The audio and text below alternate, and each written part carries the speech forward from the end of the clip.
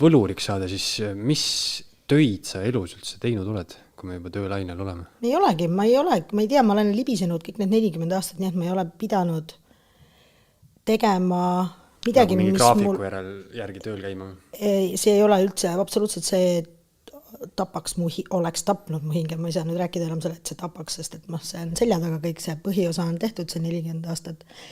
Et ilmselt seda ma olengi võlunud endale kogu aeg, teades, et see ei ole mina. Jah, ma olen narksi müünud, ma olen teinud igasuguseid muid asju 2000-ndate alguses, 90-ndate lõppu Pelgulinna, kui ma kolisin 90-ndate lõpus Jõgevalt Pelgulinna, siis see oli täielik keto elu. Ja ma olin 17, kui ma sain oma esimese lapse ja mu tütre isa läks vangi ja siis ma jäin tütrega üksi ja siis see sama dekoltee, mis meil siin on kohe üle tee nüüd sellest majast, sellepärast ma seda maja hästi teadsingi, siis see oli mu põhitöökoht iga kolmapäeval 100 juppi aga see kestis mõnda aega, aga ei, ma olen loomulikult ma olen teinud töid, sellepärast, et ega siis kuidas ikkagi midagi ju pead tegema ja kuidagi peab hinge sees hoidma, aga ja ma olen müünud kurke, kõige esimene töökoht oli mul vanaema on kurgikasvataja olnud terve elu.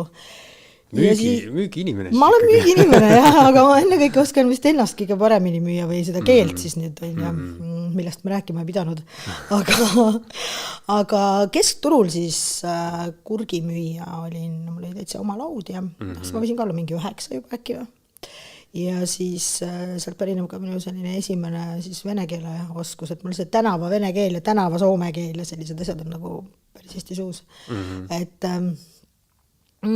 aga ja ma olen Soomes koristaja olnud ja ma olen teinud igasugused asju Chopstickis, Lenda tänava Chopstickis käisin kunagi 2 päeva tööl, aga sellest täpselt mulle sellest 2 päevast piisas, et minus ei ole seda klienditeenindaja siis ma ei taha öelda viisakust, aga seda alluvust, et ma ei allu kergelt. Mässa ei oled? Igaüks peaks olema.